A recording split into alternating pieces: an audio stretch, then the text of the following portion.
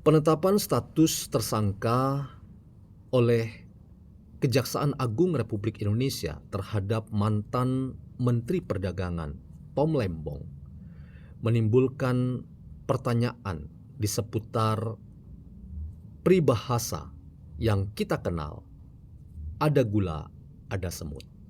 Siapakah tersangka berikutnya yang akan disasar oleh Kejaksaan Agung Republik Indonesia? Apakah ada dugaan rezim pemerintahan Prabowo dan Gibran sedang menggunakan senjata ideologis atau senjata politis mereka untuk mendemigrasi dan melemahkan lawan-lawan tanding yang maju dalam Pilpres dan Pilwapres yang lalu terkait dengan kontestan Anies Baswedan dan seluruh tim kampanye mereka. Bagaimana analisis filsafat membongkar rezim ideologis terkait dengan isu di seputar ketersangkaan Tom Lembong. Selamat datang dalam channel Meragukan Filsafat, sebuah channel yang dibangun untuk turut mengedukasi ruang publik Indonesia dengan menggunakan perspektif pemikiran filsafat untuk membaca fenomena sosial, politik, kebudayaan dalam konteks Indonesia kontemporer. Ada dugaan yang dihembuskan secara sengaja oleh beberapa orang dan aktivis politik terkait dengan rezim pemerintahan Prabowo Gibran yang mulai menggunakan senjata ideologis dan senjata politis mereka untuk mendemigrasi dan melemahkan lawan-lawan politik mereka. Khususnya lawan politik itu adalah Anies Baswedan dan seluruh tim kampanyenya pada waktu pemilihan presiden dan wakil presiden yang lalu. Setelah Muhaimin Iskandar merapat menjadi salah satu anggota kabinet dalam pemerintahan Prabowo Gibran, persis yang menjadi sasaran tembak adalah apa yang terjadi pada waktu yang lalu dalam pemilihan presiden dan wakil presiden. Bagaimana sosok Anies Baswedan dianggap melakukan tindakan yang tidak respectful dan yang tidak menunjukkan sikap hormat kepada lawan politiknya, yaitu presiden yang terpilih dan sudah ditetapkan, yaitu Prabowo Subianto, terkait dengan sikapnya yang melemahkan peran Prabowo ketika menjabat sebagai Menteri Pertahanan di era Presiden Joko Widodo. Apakah ada dugaan yang bisa kita bangun argumentasi terkait dengan kemungkinan rezim pemerintahan Prabowo Gibran itu sedang memainkan satu senjata ideologis untuk melemahkan proses demokratisasi di tanah air kita dengan menyasar lawan-lawan politiknya, khususnya terkait dengan kekuatan Anies Baswedan dan tim suksesnya, antara lain Tom Lembong. Kita tahu teman-teman bahwa Tom Lembong adalah orang yang penting dalam tim sukses yang digerakkan oleh calon presiden pada waktu yang lalu, yaitu Anies Baswedan, untuk mengkapitalisasi seorang Anies dan program-program yang ditawarkan terkait dengan berbagai macam upaya untuk meyakinkan publik bahwa Anies Baswedan sangat tepat, sangat cocok dan pas untuk dipilih oleh masyarakat Indonesia sebagai presiden yang berikutnya. Kita tahu bagaimana sepak terjang seorang Tom Lembong dalam rangka mengkapitalisasi kemampuan Anies Baswedan untuk membuktikan diri sebagai calon yang tepat untuk dipilih sebagai presiden Indonesia.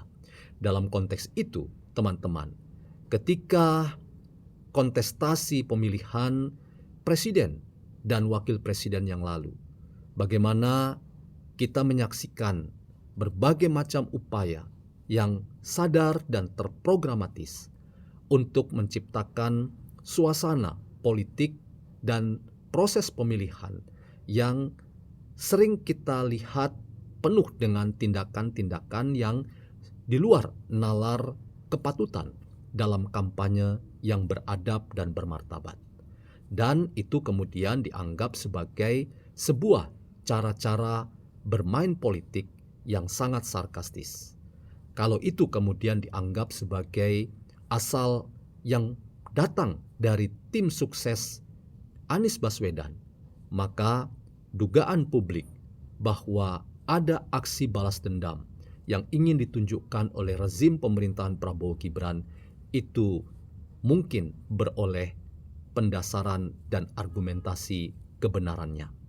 Tetapi teman-teman, rasanya dugaan-dugaan yang coba dibangun sebagai perspektif atau pemikiran atau pandangan terhadap rezim pemerintahan Prabowo Gibran yang melakukan aksi untuk memastikan lawan-lawan politiknya yang dulu kritis itu dirontokkan satu persatu, itu rasanya tidak beroleh kebenarannya dan argumentasi itu tidak mendasar dan tidak fundamental.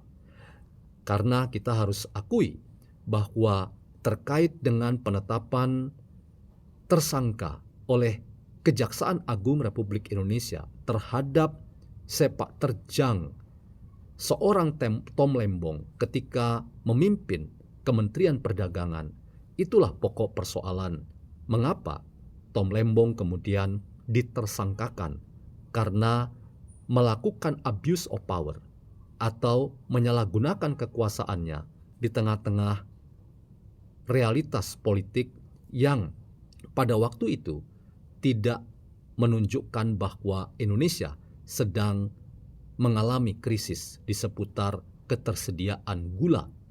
Karena pada waktu itu panen tebu yang menjadi sumber untuk diolah bagi pengadaan kebutuhan gula dalam negeri sangat tersedia dan tercukupi.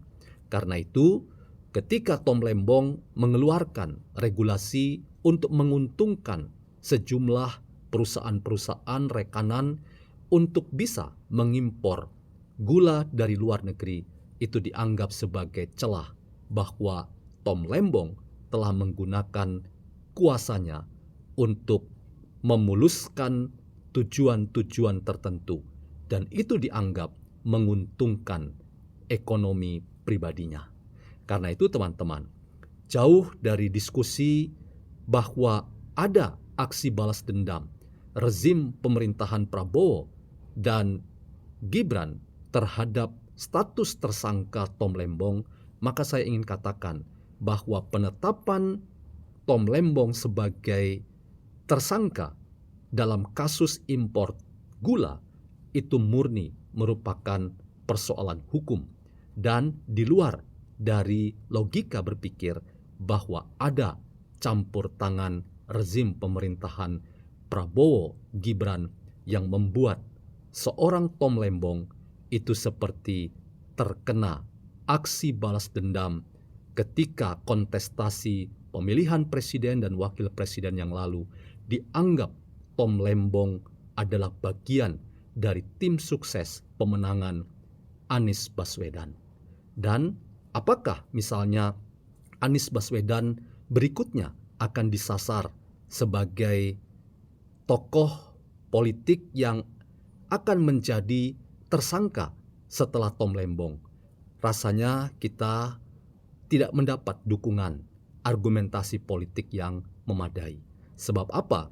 Sebab kita belum menemukan argumen yang mendukung kita bahwa reaksi yang dimunculkan oleh rezim pemerintahan Prabowo Gibran itu memang menarget lawan-lawan politiknya untuk dirontokkan satu persatu. Jadi teman-teman, mari sekali lagi kita membangun opini berbasis pada kesadaran konteks yang kita mau lihat secara kritis. Pemikiran kritik yang dibangun dari perspektif pemikiran filsafat itu memang membuat kita sadar bahwa ada banyak rezim pemerintahan yang bisa memainkan senjata ideologis dan senjata politiknya untuk menyerang lawan-lawan politik.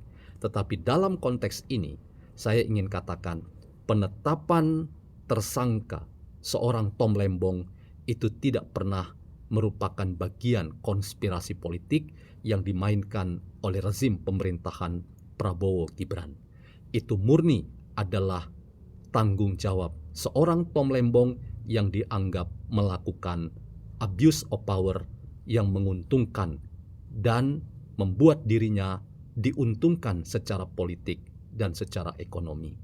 Orang yang melakukan tindakan politik yang menguntungkan dirinya sudah wajar kalau ia dimintai tanggung jawab. Jadi, jangan pernah salahkan rezim pemerintahan Prabowo Gibran sebagai yang mentersangkakan seorang Tom Lembong.